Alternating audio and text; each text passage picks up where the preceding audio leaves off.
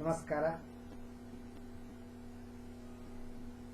ಕೆಲವೇ ದಿವಸಗಳ ಹಿಂದೆ ತಮಿಳುನಾಡು ಶಿವಕಾಶಿಯಿಂದ ನನ್ನ ಅಭಿಮಾನಿ ಪ್ರಶ್ನೆ ಒಂದು ಕೇಳಿದ್ದಾರೆ. ಏನು ಅಂದ್ರೆ, ಗುರುವೇ, ನಾನು ಸುಮಾರು 2-3 ವರ್ಷಗಳಿಂದ ಯೋಗಾಸನಗಳನ್ನು ಕಲಿತು ಸುಮಾರು 1 ಗಂಟೆ ಕಾಲ ಯೋಗಾಸನ ಅಭ್ಯಾಸಗಳನ್ನ ಮಾಡ್ಕೊಂಡು ಬರ್ತಾ ಇದ್ದೀನಿ. ನನ್ನ ಯೋಗಾಸನ ಹೇಳಿಕೊಟ್ಟಿದ್ದ ಗುರುಗಳು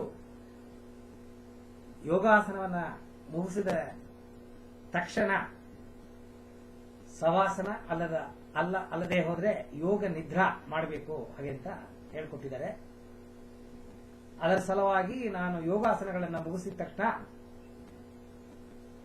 ಸುಮಾರು ಒಂದು 10-15 ನಿಮಿಷ ಕಾಲಗಳು ನಾನು ಒಂದು ಆ ಸವಾಸನದಲ್ಲಿ ನೆಲದ ಮೇಲೆ ಮಲಗಿರ್ತೀನಿ. ಹಂಗಿಲ್ಲದೆ ಹೋದ್ರೆ ಯೋಗ ನಿದ್ರಾ ಮಾಡಿ ದೇಹವನ್ನು ನಾನು ರಿಲ್ಯಾಕ್ಸ್ ಮಾಡ್ಕೋತೀನಿ.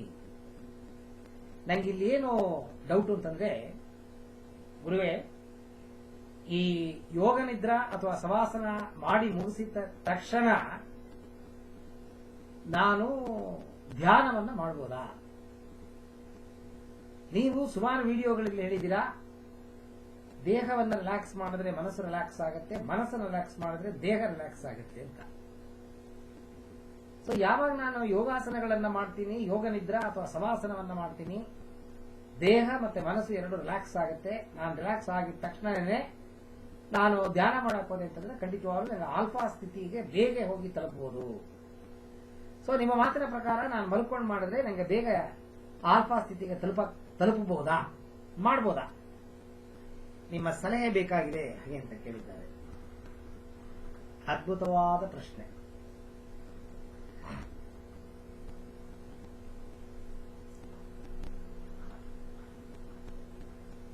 ಏನು ಅಂದ್ರೆ,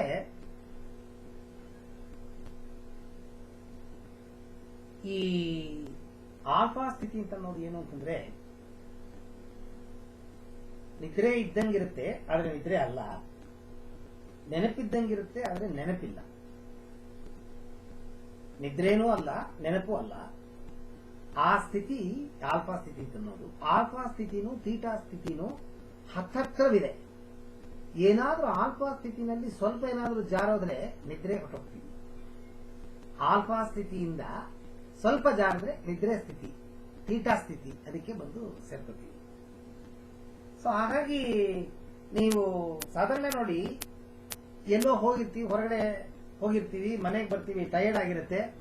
ಆ ಸೋಫಾದಲ್ಲಿ ಕಾಲನ್ನ ನೀಡ್ಕೊಂಡು ಸ್ವಲ್ಪ ಹಿಂಭಾಗದಲ್ಲಿ ತಲೆ ನಿಟ್ಕೊಂಡು ಸುಮ್ಮನೆ ಹಿಂಗೆ ರಿಲ್ಯಾಕ್ಸ್ ಮಾಡಿದಾಗ ಗೊತ್ತಿಲ್ಲದೇನೆ ಕಣ್ಣು ಮುಚ್ಚುತ್ತೆ. ಕಣ್ಣು ಮುಚ್ಚಿದ ತಕ್ಷಣ ನಿದ್ರೆ ಬಂದ್ಬಿಡುತ್ತೆ. ಅಂಥದ್ದು ನೀವು ಯಾವಾಗ ಆಲ್ಫಾ ಸ್ಥಿತಿಗೆ ಹೋಗ್ತೀರಾ, ದೇಹ ಯಾವಾಗ ಕೆಳಗಡೆ ಮಲಗಿರುತ್ತೆ, ತುಂಬಾ ರಿಲ್ಯಾಕ್ಸ್ ಆಗಿರುತ್ತೆ, ಆಟೋಮೆಟಿಕ್ ಆಗಿ ನಿಮಗೆ ಗೊತ್ತಿಲ್ಲದೆ ನಿದ್ರೆ ಬಂದ್ಬಿಡುತ್ತೆ. ನೀವೇನ್ ತಿಳ್ಕೊಂಡಿರ್ತೀರಾ, ನಾನು ಆಲ್ಫಾ ಸ್ಥಿತಿನಲ್ಲಿ ಧ್ಯಾನ ಮಾಡ್ತಾ ಇದ್ದೀನಿ ಅಂತ ತಿಳ್ಕೊಂಡಿರ್ತೀರಾ. ನೋಡಿದ್ರೆ ಅಲ್ಲಿ 1 ಗಂಟೆ ಕಾಲ ನಿದ್ರೆ ಮಾಡಿರ್ತೀರಾ. ಆಲ್ಫಾ ಸ್ಥಿತಿನಲ್ಲಿ ಇದ್ದಿರೋದು 5 ನಿಮಿಷ ಆದ್ರೆ ನಿದ್ರೆ ಮಾಡಿರೋದು ಒಂದು 20-30-40 ನಿಮಿಷಗಳು ನಿದ್ರೆ ಮಾಡಿರ್ತೀರಾ. ಸಡನ್ ಆಗಿ ಎಚ್ಚರವಾದಾಗ ನಿಮ್ಗೆ ಏನ್ ಅನ್ಸುತ್ತೆ ಅಂತಂದ್ರೆ, ಇಷ್ಟೊತ್ತು ನಾನು ಧ್ಯಾನ ಮಾಡಿದ್ದೀನಲ್ಲ, ಏನ್ ರಿಲ್ಯಾಕ್ಸ್ ಆಗಿದೆ ಹಾಗೆ ಅಂತ ತಿಳ್ಕೊತೀರ. ಮುಕ್ಕಾಲು ಟೈಮು ನೀವು ನಿದ್ರೆ ಮಾಡಿದ್ದೀರಿ ಅಂತಾನೆ ಅರ್ಥ. ಆದ್ರೆ ಒಂದು ಈ ಮಲ್ಕೊಂಡು ಧ್ಯಾನ ಮಾಡೋದು ಯಾರು ಮಾಡಬಹುದು ಅಂತಂದ್ರೆ, ಈ ಧ್ಯಾನವನ್ನ ಮಾಡಿ ಮಾಡಿ ಮಾಡಿ ಮಾಡಿ ಮಾಡಿ ಮಾಡಿ ಮಾಡಿ ಮಾಡಿ ಯಾರಿಗೆ ಅಭ್ಯಾಸ ಆಗಿರುತ್ತೆ ಅವರು ಕ್ಷಣ ಮಾತ್ರದಲ್ಲಿ ಆಲ್ಫಾ ಸ್ಥಿತಿಗೆ ಹೊರಟೋಗ್ತಾರೆ. ಮತ್ತೆ ಅವರು ಆಲ್ಫಾ ಸ್ಥಿತಿನಲ್ಲಿ ತುಂಬಾ ಟೈಮು ಆ ಸ್ಥಿತಿನಲ್ಲಿ ಇರೋದಕ್ಕೆ ಅವರಿಗೆ ಪಳಗಿರೋದ್ರಿಂದ ಅವರು ಮಲಗಿದ್ರು ಸಹ ಅವ್ರಿಗೆ ನಿದ್ರೆ ಬರೋದಿಲ್ಲ. ಸಾರಿ, ಇನ್ನೊಂದು ಏನು ಅಂತಂದ್ರೆ, ಈ ಕುಳಿತುಕೊಂಡು ಮಾಡುವಾಗ ನಿಮ್ಮ ಈ ಸ್ಪೈನಲ್ ಕಾರ್ಡ್, ಬೆನ್ನೆಲುಬು 90 ಡಿಗ್ರಿ ಯಾವಾಗ ನಿಂತ್ಕೊಂಡಿರುತ್ತೆ, ಹಾರ್ಟ್ ಯಾವಾಗ ರಕ್ತವನ್ನ ಪಂಪ್ ಮಾಡುತ್ತೆ, ಅದು ದೇಹದಲ್ಲಿ ಎಲ್ಲಾ ಜಾಗಕ್ಕೂ ಸಮನಾಗಿ ರಕ್ತವನ್ನ ಹರಿಸುತ್ತೆ. ಅದೇ ನೀವು ಮಲ್ಕೊಂಬಿಟ್ಟಾಗ ಏನಾಗುತ್ತೆ, ಸಾಧಾರಣ ಹಾಸಿಗೆನಲ್ಲಿ ಮಲ್ಕೊಂಡು ನಿದ್ರೆ ಮಾಡಬೇಕಾದ್ರೆ ತಲೆಗೆ ಒಂದು ದಿಂಬಿಟ್ಕೊಂಡು ತಲೆಯನ್ನ ನೆಲಮಟ್ಟಕ್ಕಿಂತ ಸ್ವಲ್ಪ ಮೇಲಿಟ್ಕೊಂಡಿರೋದ್ರಿಂದ ರಕ್ತ ತಲೆಗೆ ಹೋಗೋದಿಲ್ಲ, ಹರಿಯೋದಿಲ್ಲ. ಆದ್ರೆ ಇಲ್ಲೇನಾಗುತ್ತೆ ಅಂತಂದ್ರೆ ನೆಲದ ಮೇಲೆ ನೀವು ತಲೆನ ಇಟ್ಕೊಂಡು ಮಲಗಿರೋದ್ರಿಂದ ಮತ್ತೆ ಹಾರ್ಟ್ ಹೊಡೆದಾಗ ಜಾಸ್ತಿ ರಕ್ತ ತಲೆ ಭಾಗಕ್ಕೆ ಬಂದು ಸೇರ್ಕೊಳ್ಳುತ್ತೆ. ಸೊ ಯಾವಾಗ ತಲೆಗೆ ಬಂದು ಸೇರ್ಕೊಳ್ಳುತ್ತೆ ಆಟೋಮೆಟಿಕ್ ಆಗಿ ನಿಮಗೆ ತಲೆ ಭಾರ ಆಗುತ್ತೆ ಅಥವಾ ತಲೆ ನೋವಾಗುತ್ತೆ ಅಥವಾ ನಿದ್ರೆ ಬಂದ್ಬಿಡುತ್ತೆ ಅಥವಾ ಎಚ್ಚರ ಆಗುತ್ತೆ. ಸೊ ಧ್ಯಾನ ಮಾಡೋದಕ್ಕಾಗುದಿಲ್ಲ.